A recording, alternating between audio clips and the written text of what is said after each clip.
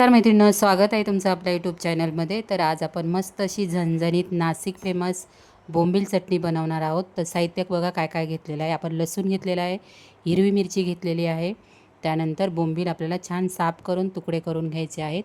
आपण सगळं साहित्य रेडी करून घेतलेलं आहे। आता बोंबील आपल्याला भाजून घ्यायचे आहेत, कारण त्याच्यामध्ये कचरा असतो। तर व्यवस्थित कुरकुरीत बोंबील भाजून घ्यायचे। भाजून झाल्यानंतर आपल्याला छान असे चोळून घ्यायचे आहे, कारण त्याच्यामध्ये रेती पण असते। छान लोखंडाच्या तव्यावर कमी गॅसवरती बोंबील पहिले तुम्ही व्यवस्थित भाजून घ्या। मिरची तुमच्या आवडीनुसार तुम्ही तिखट कमी जास्त करू शकता। लसणाचा वापर जास्त करायचा आहे, हवी तर तुम्ही याच्यामध्ये कोथिंबीरचा पण वापर करू शकता। करून बघा एकदा। आणि ही चटणी तुम्ही भाकरीसोबत, चपातीसोबत, अगदी डाळ भात बनवला तर तोंडी लावण्यासाठी सुद्धा बनवू शकतात। आणि व्हिडिओ तुम्ही कुठून बघतात, व्हिडिओला लाईक, शेअर आणि सबस्क्राईब करायला विसरू नका। तर मी आता गॅस कमी केलेला आहे। बोंबील आपले भाजून झालेले आहेत। आता मिक्सरच्या भांड्यात टाकून घेतलेले, लसूण टाकून घेतलेलं आहे, थोडं मीठ टाकून घेतलेलं आहे मी। आणि मिक्सरला आपल्याला बोंबील बारीक करायचे नाही, थोडेसे जाडसर फिरवायचे।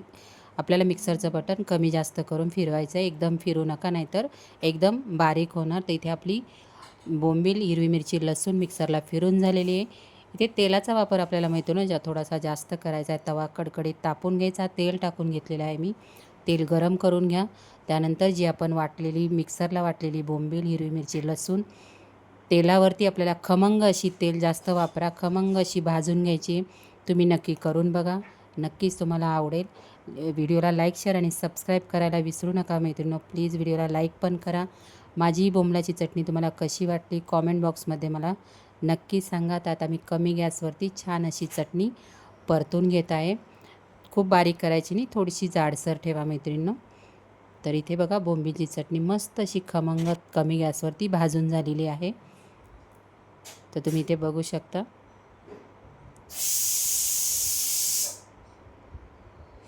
आणि या चटणीसाठी तेल पण थोडं जास्त लागतं।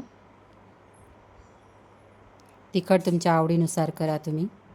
थोडी तिखट बनवली तर छान लागते। तुम्ही नुसती चपातीसोबत, डाळ भात बनवला तर त्याच्यासोबत तोंडी लावण्यासाठी एक आपली भाजी तयार होते।